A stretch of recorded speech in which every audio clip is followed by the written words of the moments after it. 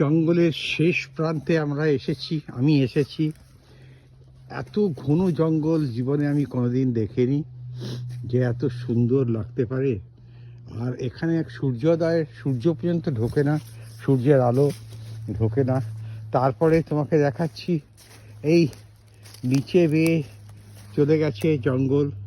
এই ঘন জঙ্গলের মধ্যে কেউ কিছু নেই, কোনো রকম অশান্তির কারণ নেই, কোনো জন্তু জানোয়ারও নেই, তাই কোনো নির্ভয়ে ঘুরতে পারা যায়।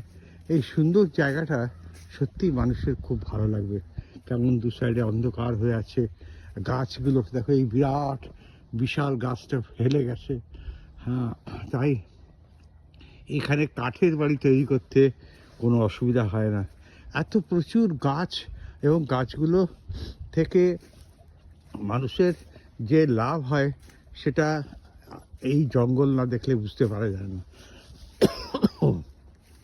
যাই হোক, আজকে জঙ্গল দিয়ে এখন আমি রাস্তা খুঁজে বাড়ি ফেরবার চেষ্টা করছি। বড় ছেলে আসলে এসে আমাকে নিয়ে চলে যাবে বাইরে। তো এখন আমি জঙ্গলের মধ্যে ঘুরছি, ঘুরতে ঘুরতে তোমাদের এই জঙ্গলের সুন্দর দৃশ্যটা দেখাচ্ছি। কেমন লাগছে বলো? এই জঙ্গলে যদি ঘুরতে পারা যায় তাহলে আর কিছু মনে হয় না, জীবনটা সার্থক মনে হয়। এই জঙ্গল ঝাড় ঘুরে কোনো অসুবিধা নেই, নির্ভয়ে। একটা লোকও না থাকলে এখানে কোনো রকম ভয়ের কোনো কারণ নেই। এই হচ্ছে এখানে জঙ্গল। দেখো এই ডিপ ফরেস্টের তলা কত নিচে দিয়ে পর্যন্ত জঙ্গল আছে।